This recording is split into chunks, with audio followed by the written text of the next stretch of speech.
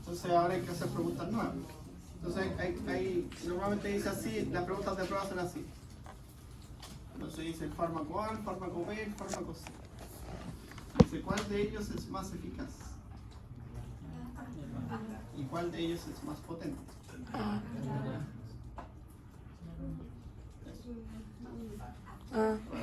Obviamente no salen así, pues, ustedes ya me conocen, la usted sale como así, como uno así, usted para que se enreden. Dice Z, no sé. Entonces, ¿cuál es más eficaz? El Z y el E, ¿cierto? ¿Y cuál es más potente? El Z. ¿Y cuál es menos potente? El D. ¿Y cuál es menos eficaz? El C. Bueno, ahora la farmacodinámica te permite explicar dos cosas. Te permite explicar cómo va a actuar el medicamento, te permite explicar que el medicamento quizás no va a hacer efecto de forma inmediata y te permite también explicar las reacciones adversas que va a tener el medicamento.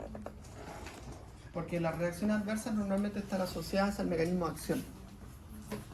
Estas reacciones adversas paradojales de hipersensibilidad a medicamentos, que son las reacciones alérgicas, son las menos frecuentes.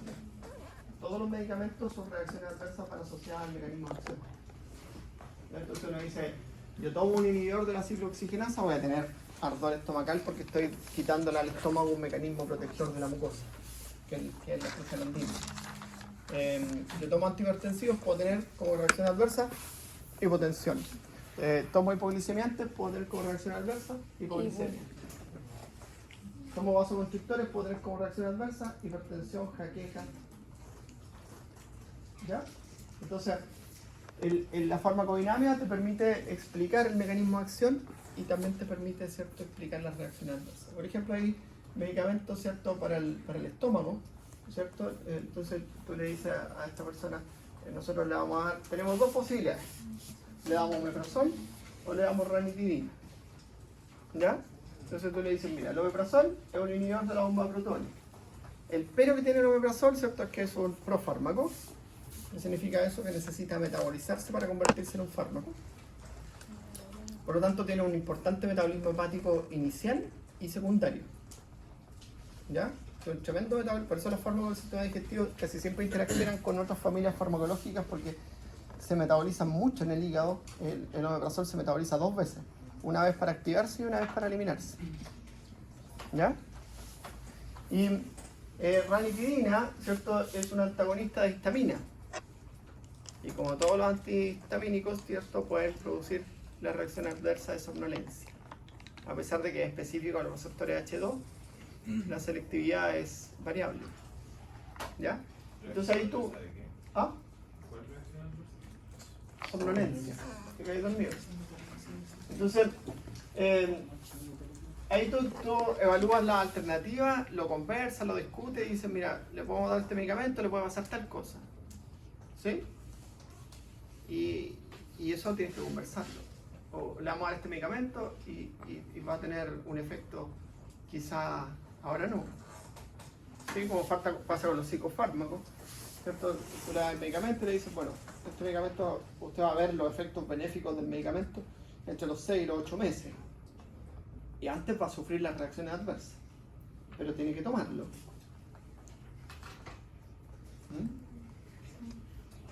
Entonces, imagínate la conversación que hay que tener, negociar eso, decirle, oye, tienes que tomarte un medicamento que durante 6 meses lo único que vas a ver son las reacciones adversas.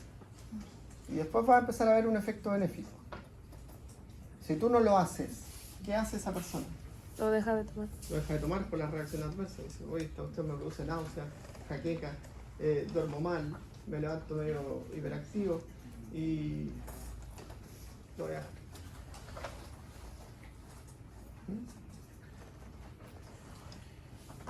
Le iba a preguntar si está bien aplicar un medicamento con el objetivo de obtener los efectos.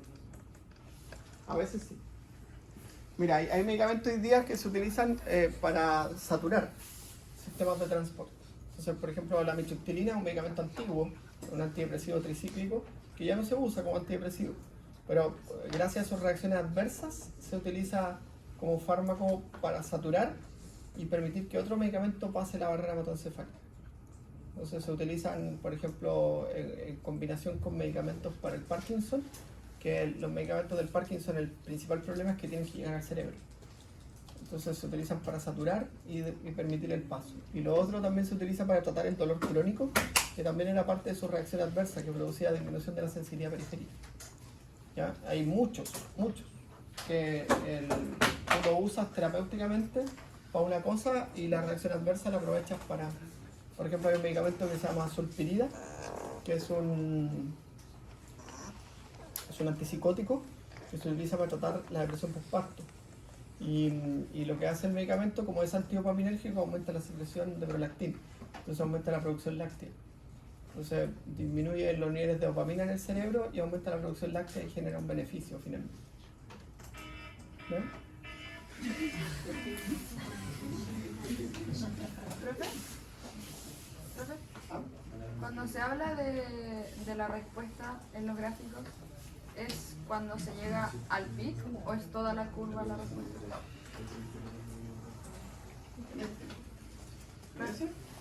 La respuesta es cuando la curva se aplana. Esa es la respuesta. Esa es la respuesta final. Tú aquí muchas veces lo que buscas aquí con la curva 2 y respuesta es cuando la curva se aplana, cuando se forma la meseta. Entonces tú esperas que se forme la meseta y ahí es el efecto máximo que puede tener el medicamento. Entonces en ese contexto tú le puedes dar más dosis, pero el efecto va a ser el mismo. ¿Ya? Y ese es el pero. Ahora, hay un grupo farmacológico que vamos a analizar, que son los opioides, que producen tolerancia. Esa es otra cosa. Y que eso tiene que ver con que se producen fenómenos neuroplásticos en el cerebro de receptores que hacen que el paciente necesite más dosis cada vez. Pero la mayoría de las veces, ¿cierto?, los medicamentos basta con esa dosis. Y eso es lo que te cuesta. Eso es lo que te cuesta educar al paciente. Porque a veces llega la persona y te dice, oye, me tomé 3 ketorofeno y no se me pasa el dolor. Y tú le dices, escucha, yo no le puedo dar otra cosa más para el dolor que sea de la misma familia, porque en definitiva voy a aumentar las reacciones adversas.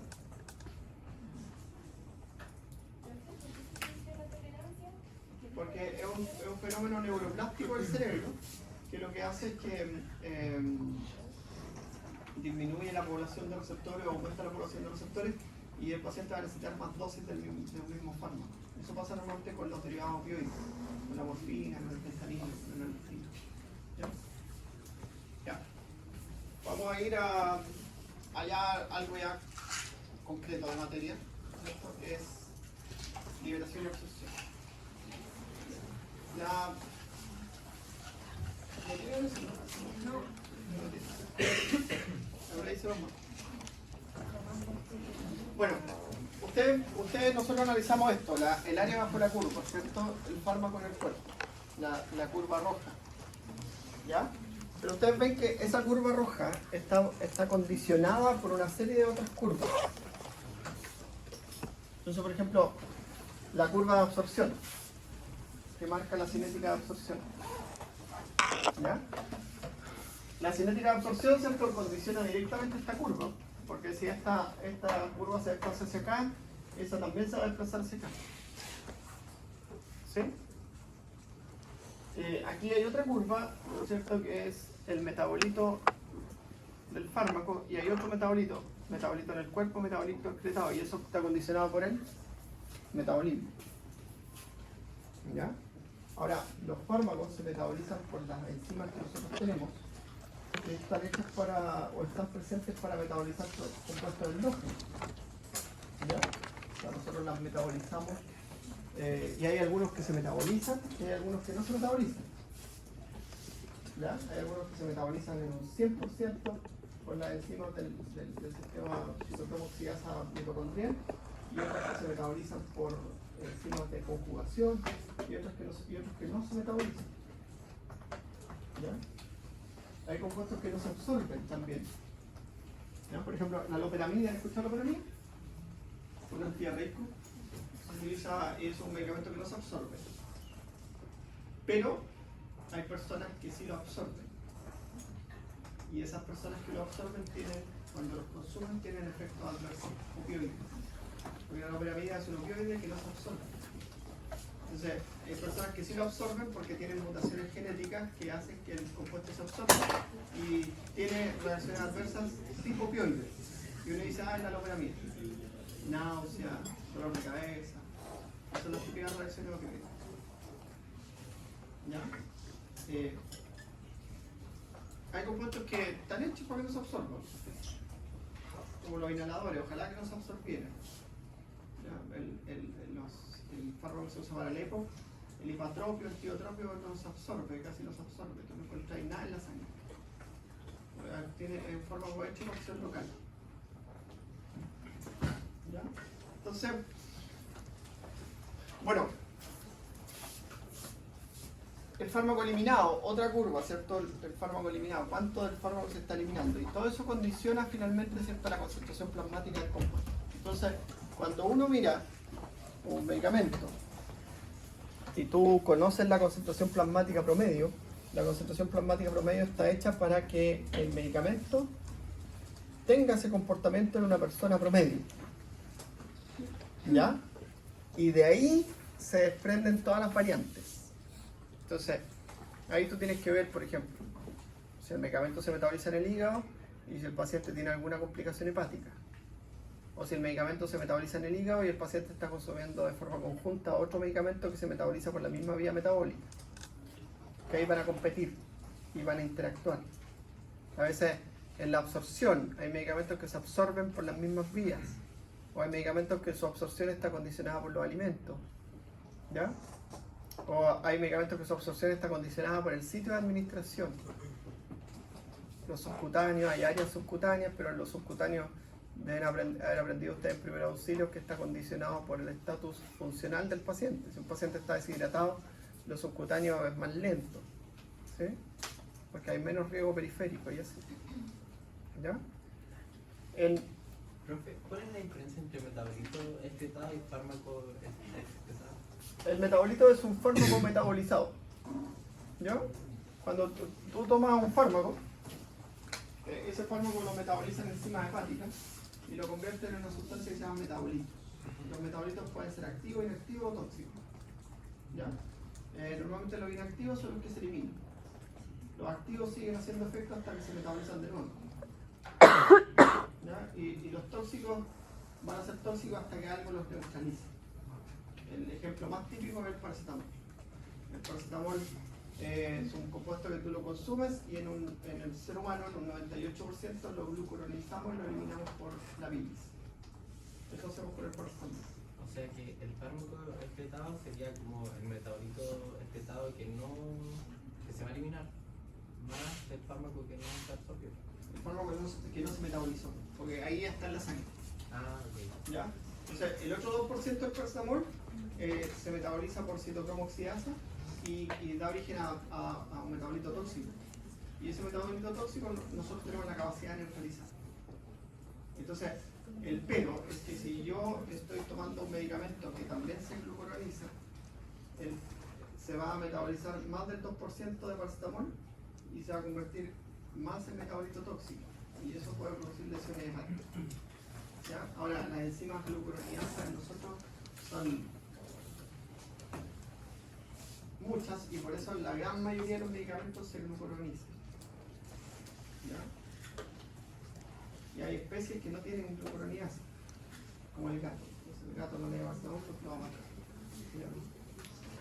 Profe, ¿podría explicar de nuevo la diferencia entre el metabolito excretado y el fármaco? Claro. El fármaco excretado normalmente es un fármaco que no se metaboliza, un fármaco que no se metaboliza y se elimina. ¿Ya? En cambio, el metabolito excretado es un fármaco metabolizado convertido en metabolito. ¿Ya? Ahora, los metabolitos, y por eso tenemos una clase de metabolismo, los metabolitos a veces terminan siendo fármacos. O sea, a partir de un fármaco se conoce que ese fármaco genera un metabolito y el metabolito a veces el metabolito es más poderoso, tiene un tiempo de acción más corto. ¿Ya? Por ejemplo, el diazepam. El diazepam es una benzodiazepina relajante muscular que se usa como intrahospitalario básicamente, como anticonvulsivante, como ansiolítico, ¿sí? Como sedante en la cirugía. Pero el diazepam se metaboliza y se convierte en un metabolito, y entre medio hay dos metabolitos que son importantes ahí: el lorazepam, que es un metabolito de excreción, y el lorazepam, por ejemplo, la gracia que tiene es que ya es un metabolito, entonces se aisló y es un medicamento que no tiene metabolismo. Entonces tú dices, yo le doy diazepam o lorazepam, y si el paciente tiene una complicación hepática, le dan lorazepam. Por ejemplo, el ansiolítico de los pacientes con cirrosis es el lorazepam. Y ahí sería fármaco excretado y Claro. no metabolito Y entonces excretado. el lorazepam, ¿qué es lo que pasa? Se elimina como fármaco, se elimina como lorazepam por la orina, Ya. sin ser metabolizado. Ya. El midazolam es otro metabolito del diazepam, y la gracia que tiene es que es un metabolito de alta potencia, pero de tiempo de acción más corto. Entonces tiene esa ventaja, porque el diazepam tiene un efecto de somnolencia residual que dura hasta 48 horas, pues tú puedes andar hasta 48 horas después con sueño. En cambio el midazolam es poderoso, rápido y de corta acción. Entonces hoy día para hacer una endoscopía se usa midazolam. Entonces tú dormías al paciente un ratito mientras le hacías la endoscopía, le ponen un spray para evitar la arcada y listo. Y hace un examen que dura 1 hora, 2 horas el sueño del paciente. ¿Ven? Entonces, tienen sus beneficios, pero hay que conocer lo general, porque si no uno después no entiende nada. ¿Sí? Profe, pero no necesariamente un metabolito tuvo que haber sido un profármaco. No necesariamente. Ah, No, las vías metabólicas son diversas. ya. Y de hecho en el metabolismo se llama metabolismo fase 1 y fase 2, y algunos solo hacen fase 2, algunos solo hacen fase 1. No es que pase de fase 1 a fase 2. Y algunos pasan de la fase 1 a la fase 2, pero es variable. Ah, ¿Ya? ya. Profe, ¿hay alguna curva que no esté siendo controlada en estos gráficos? No, tanto. Porque la liberación, los procesos farmacocinéticos son liberación, absorción, distribución, metabolismo y eliminación. ¿Ya? Entonces, liberación está asociada con la absorción. Absorción. Distribución es la que genera la curva. La distribución es la que genera la curva, porque hay compuestos que se distribuyen rápidamente y se van a tejidos de depósito que se denominan, ¿cierto? Por ejemplo, el oído, la grasa, el músculo son tejidos de depósito. Entonces hay fármacos que se van rápidamente a esos tejidos y se concentran en esos tejidos. Los que se van al oído son ototóxicos, como la gentamicina, la furosemida. Los que se van a la grasa normalmente disminuyen sus concentraciones plasmáticas rápidamente, pero pueden recircular, o sea, volver de la grasa al sistema. ¿Ya? Y por eso hay que tener mucho cuidado. Porque tú le pones el fármaco, se pasa el efecto. Le pones el fármaco, se pasa el efecto. Le pones el fármaco, se pasa el efecto. Pero porque el fármaco se va de la sangre al tejido adiposo. Pero después vuelve el fármaco y se reanestesia, porque son normalmente los que hacen eso son los anestésicos. Se reanestesia en la sala de recuperación. Claro. Eso, o sea, el otro tipo de medicamento que es anestésico, se podría complementar como con una dieta así como distinta, así como para que siga haciendo su acción el medicamento. ¿En qué sentido? O sea, en caso de que se vayan a la casa. O sea, los No, que tiene afinidad por ese tejido. igual tiene su tejido. Podría complementar con, no sé, una dieta que haga que se metabolice el tejido lipídico y siga circulando. Que normalmente vuelve a la circulación de una forma más lenta en cómo tú lo administras. Y el hígado lo va eliminando. El pero es que con los anestésicos se da que en la cirugía sí o sí hay hemorragia. Entonces eso genera una respuesta simpática, y contrario vaso sanguíneo vuelve. Y eso genera una concentración, una segunda curva altísima. ¿Ya? Miren, hay muchos fármacos que tienen esa curva. Pero hay fármacos que tienen curvas así. ¿Ya? Y esa segunda curva es generada por los metabolitos. El diazepam tiene esa curva. Entonces el diazepam tiene esta curva, y después tiene la segunda curva que es generada solo por los metabolitos. ¿Ya? Y ahí vamos a ver qué son esas curvas. Vamos a ir aprendiendo conceptos, pues la farmacología general busca que usted tenga conceptos claros. ya como LATME, ¿cierto? Que va a dejar de ser una sigla y se va a transformar en la liberación, absorción, distribución, metabolismo y eliminación, que son los procesos farmacocinéticos. ¿Ya? Entonces la farmacocinética es lo que el organismo le hace al fármaco. ¿Ya? Estudia todos los procesos que condicionan la concentración plasmática del fármaco. Porque todo esto condiciona la concentración plasmática. ¿Ya? Entonces, por ejemplo, todos los factores que condicionan la absorción. Entonces uno dice, este medicamento se absorbe bien por la vía intramuscular. Por ejemplo, entonces la absorción está condicionada por la vía de administración. Entonces uno dice, oye, es noble tomarse un fármaco por la vía oral. ¿Cierto? No tengo que inyectármelo cuando le tienen a la jeringa. Siempre hay compuestos que no se pueden administrar por la vía oral. Y lo otro, hay, en la vía oral tiene un precio. El precio de la vía oral es que el fármaco, antes de llegar a la sangre, pasa por el hígado, por la circulación porta-hepática. Entonces, ahí hay una parte del fármaco que se pierde. Entonces tú, normalmente cuando consumes medicamentos por la vía oral, yo me tomo 100 miligramos y no tengo 100 miligramos después en la sangre. Tengo menos. Eso se denomina fracción biodisponible, ¿ya? Que se le descuenta el metabolismo hepático. Y la diferencia de absorción entre los que son por vía oral tragados y los sublinguales. Están hechos para ser sublingual porque tú tienes un complejo venoso en la vía sublingual, que la gracia que tiene eso es que pasa directamente a la circulación y no pasa por el hígado. Entonces, captopril, por ejemplo, es un fármaco que se puede administrar por la vía sublingual y se usa para la crisis hipertensiva. Y esa es la principal diferencia que tiene con el enalapril, que es el otro compuesto. ¿Ya? Lo otro es también su tiempo de acción, uno dura 12 horas, el otro dura 18 horas. Pero la principal ventaja es esa, su rapidez y su eficacia. ¿Ya? Su potencia y su eficacia. ¿Sí? Ya.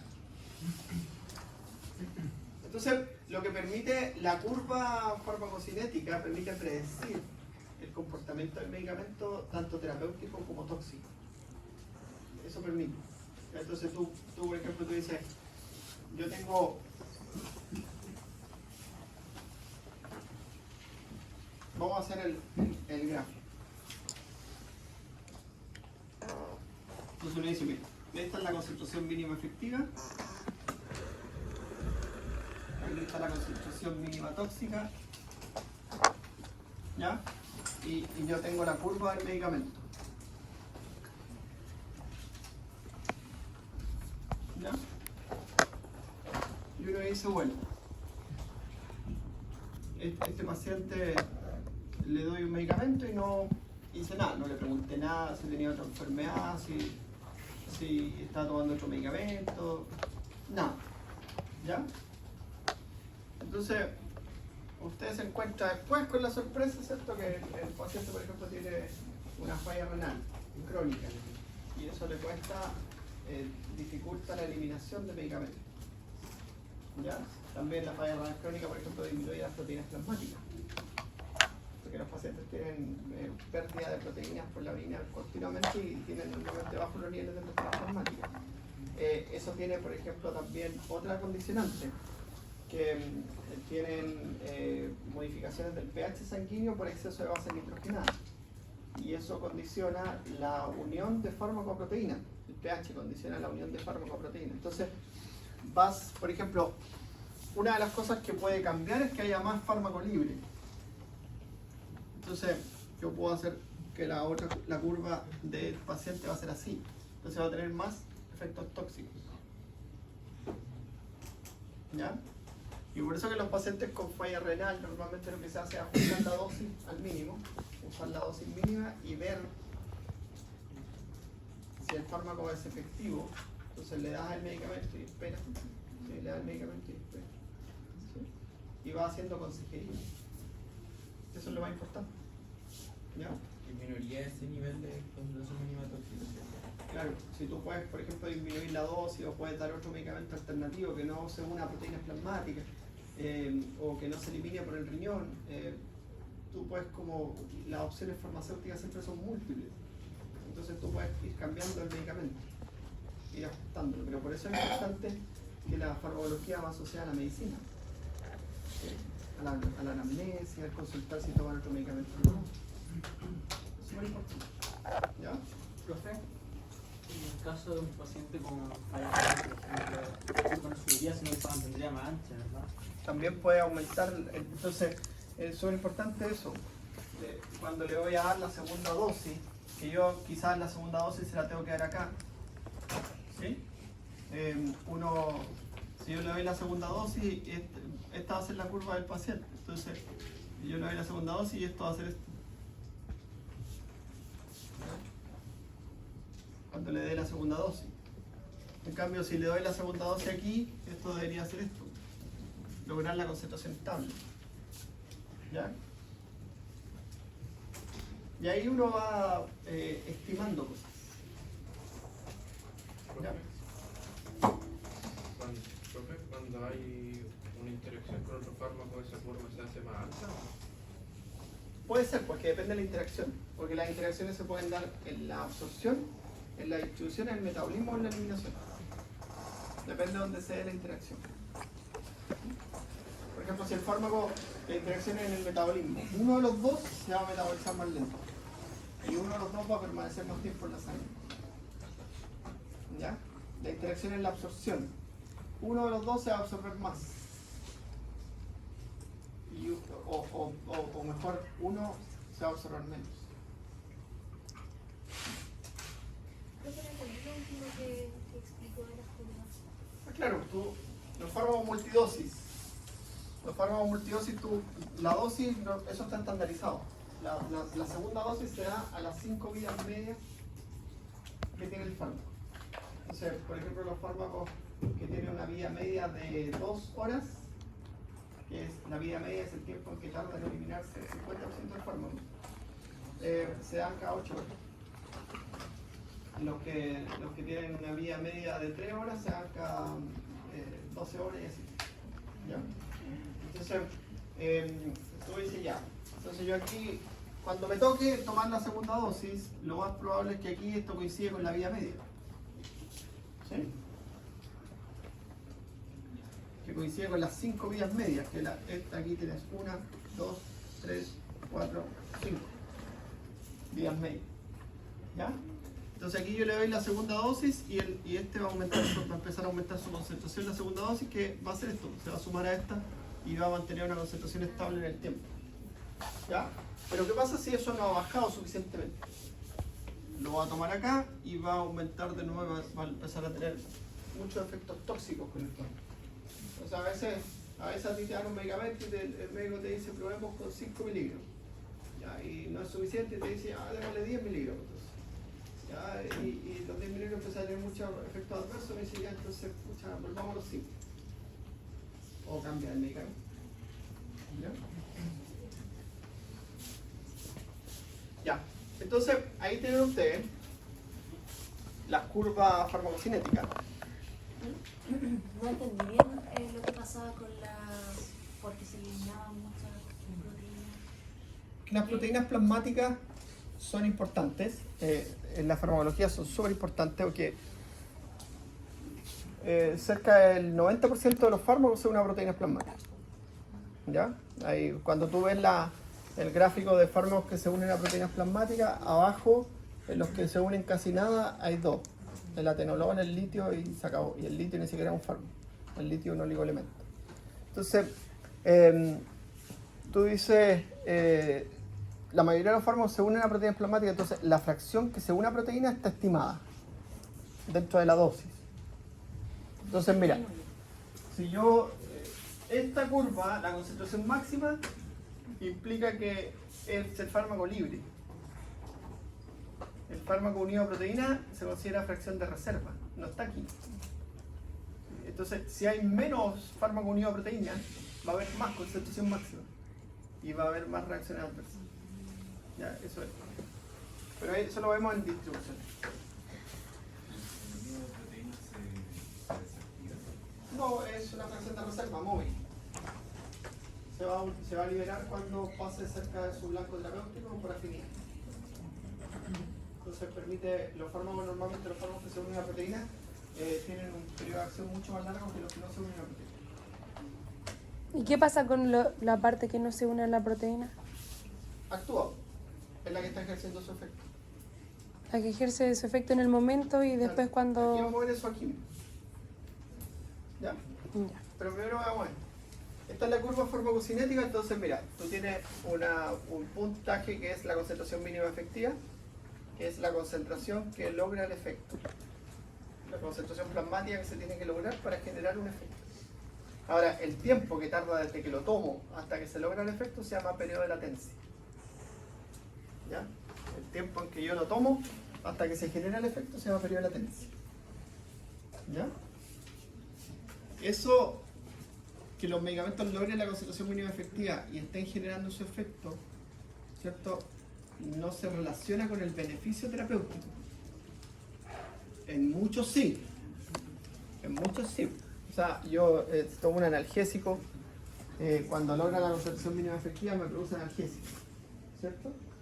Si yo tomo un antihipertensivo, cuando logra la concentración mínima efectiva me produce disminución de la presión arterial. ¿Ya? Pero muchos fármacos están ejerciendo su efecto, tienen su concentración mínima terapéutica, pero el beneficio terapéutico no aparece, sino que tardíamente. Y pasa los más básicos con los que uno ve es con los corticosteroides.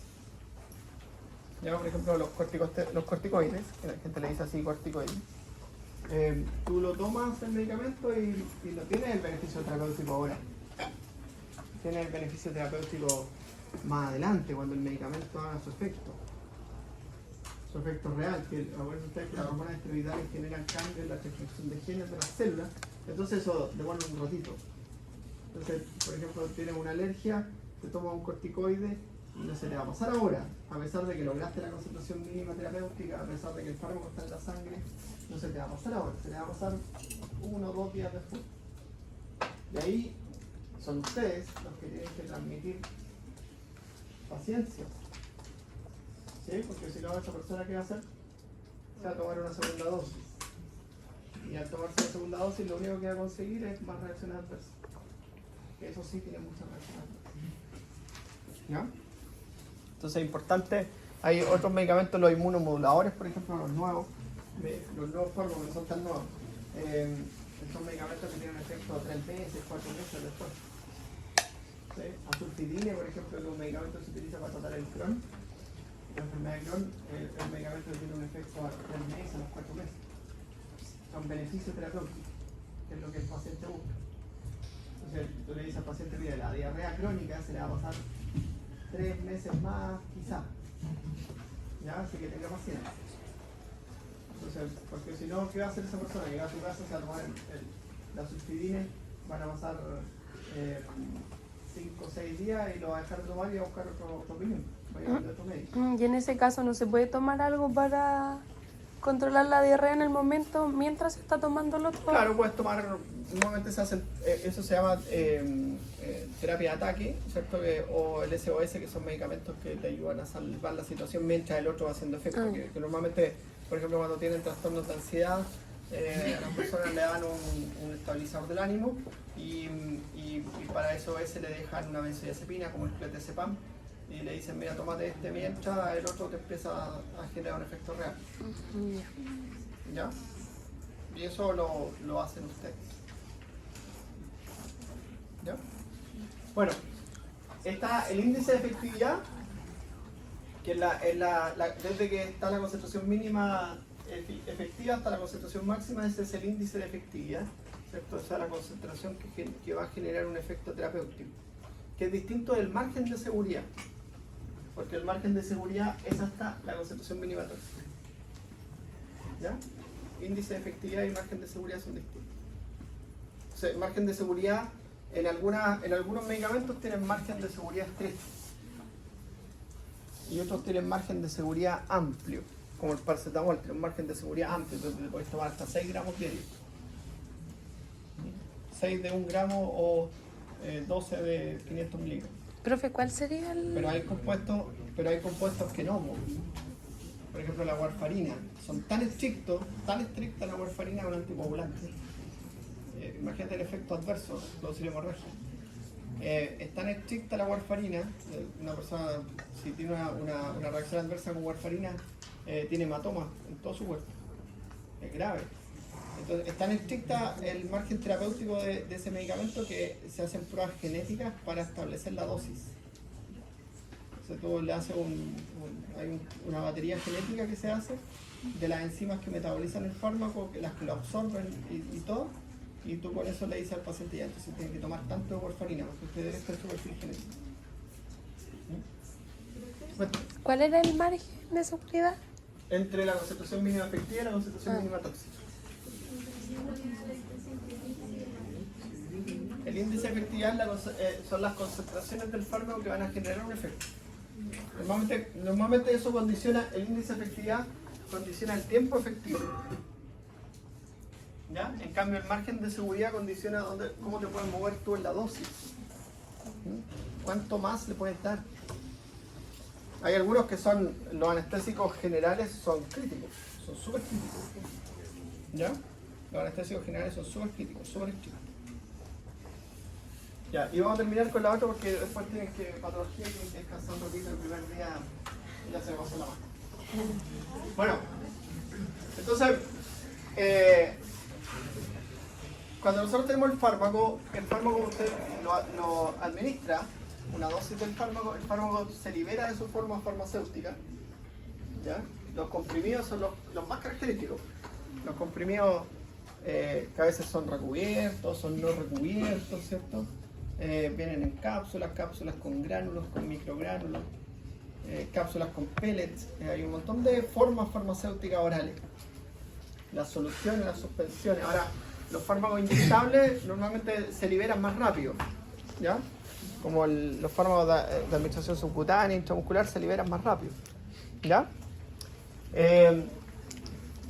Y eso genera la absorción. Luego de la liberación viene la absorción, y la absorción es el paso del fármaco del sitio de administración a la sangre. Ya mira, una vez que está en la sangre, nosotros, el fármaco está en un espacio que va a tener una distribución por todo el organismo. ¿Ya? Entonces ahí está el modelo monocompartimental, bicompartimental, tricompartimental que algunos fármacos adoptan. Por ejemplo, el más clásico es el bicompartimental, que pasa de la sangre, pasa a los tejidos. ¿Ya? Pero está el tricompartimental, es que el fármaco a veces se deposita en un tejido y de ese tejido se libera. ¿Ya? El monocompartimental son fármacos que permanecen solo en la sangre y que no salen de la sangre. Como el manitol, por ejemplo, que es un diurético osmótico. Ese fármaco no sale del tejido vascular, sino que se mantiene dentro del tejido vascular. ¿Ya? Pero mira, cuando está en la sangre puede estar unido a proteínas o libre. El unido a proteínas está aquí aparte porque es una fracción, se considera una fracción de reserva. En cambio, el libre, ¿cierto? El libre puede estar siendo metabolizado, el libre puede estar siendo excretado, el libre puede estar haciendo efecto donde yo quiero que haga efecto, o puede estar haciendo efecto donde yo no quiero que haga efecto. Y eso genera reacciones adversas. O el libre puede estar en reservorios tisulares, que son estos tejidos, les decía yo, que se comportan, que a veces los medicamentos tienen alta afinidad por él y se agrupan ahí. ¿Ya? Hay los macrólidos, que los van a ver, los aminoglicosidos, perdón. Donde está la gentamicina, la neomicina, la polipicina, que esos medicamentos normalmente uno siempre los ve en las pomadas, pero casi nunca los tienes que tomar. En situaciones muy puntuales se hacen terapias antibióticas con gentamicina, neomicina, polipicina. Casi siempre están en pomadas, porque si nosotros lo administramos en el sistema, esos medicamentos tienden a acumularse en el riñón y son nefrotóxicos. Entonces por eso no se administran, pero sí se pueden dar de forma tópica porque los tópicos casi no se absorben. ¿Ya? ¿Qué depende de los fármacos que más metabolizado o el fármaco libre que más metabolizando sumado haciendo efectos? Depende de uno, porque en el metabolismo, ¿cierto? Hay una categorización, están las personas metabolizadoras regulares, pero también están los metabolizadores rápidos y los metabolizadores lentos. Y eso depende de cada uno, de la maquinaria enzimática y de la herencia genética que tú tengas de la enzima metabólica. Ya, hoy día se puede clasificar como metabolizadores rápidos o metabolizadores lentos a las personas gracias a una batería genética. ¿El uso natural eso lo puedes saber? ¿Al momento de aplicar medicamentos? No lo sabes, pues lo sabes cuando empieza a tener reacción adversa y haces un estudio más profundo. Porque casi siempre los tratamientos son, si bien casi siempre son conociendo la causa de la enfermedad y lo que hacen termina siendo el porcentaje, como te decía yo, por el desconocimiento total del fármaco y del individuo que está haciendo el fármaco, termina siendo el impacto un poco empírico. Entonces, siempre va a estar el pelo de que un medicamento a una persona le puede generar una reacción adversa más importante que a otra. Y esa es la variabilidad de la respuesta. El mundo de la farmacogenética. Profe, ¿y se sabe cuánto se une a proteína? Sí, eso sí, se estima, pero también siempre, como les decía yo, esto es un promedio, el promedio que representó en la población de estudio. ¿Y eso se puede usar como con una finalidad? O sea, que yo quiera que se una proteína para que después se libere o... Bueno, algunos, por ejemplo, se usan para desplazar un tóxico. Se usan, por ejemplo, el fenobarbital, que es un compuesto antiepiléptico súper antiguo que ya no se usa, y se usa como fármaco acelerador enzimático o sirve para desplazar fármacos que estén unidos a proteínas, para eliminar toxinas. Se usa para tratar alguna intoxicación. Creo que ese metabolismo de los fármacos puede, por ejemplo, de la alimentación que tenga uno, por ejemplo, del uso de drogas. Sí, porque en definitiva tú, el consumo de alcohol, el uso de drogas, lo que hace, ¿cierto? Eso, la estimulación repetida, es generar una regulación hacia arriba, una regulación hacia abajo de ciertas enzimas. Entonces, hay compuestos que dice tal cual, dice no administrar a personas alcohólicas. ¿Tiene que ver directamente con el metabolismo? Con el metabolismo, claro, porque el consumo de alcohol genera una sobreexpresión de ciertas enzimas metabólicas en el hígado y genera una subexpresión de otras enzimas metabólicas en el hígado. ¿Las reacciones adversas tienen que ver con el metabolismo bien o que se metabolizó? No, las reacciones adversas tienen que ver con el mecanismo de acción. Ah, O sea, yo, como te decía hace un rato, si yo tomo un hipoglicemiante, yo sé que la reacción adversa va a ser hipoglicemia. Las reacciones adversas las generan tanto el fármaco como el metabólico. Sí, sí. Puede generar el fármaco original como el metabolito que se desprende de ese fármaco. Ven que esto es un mundo entretenido. Sí, que lo vamos a hacer bien. Ya, que les vaya súper.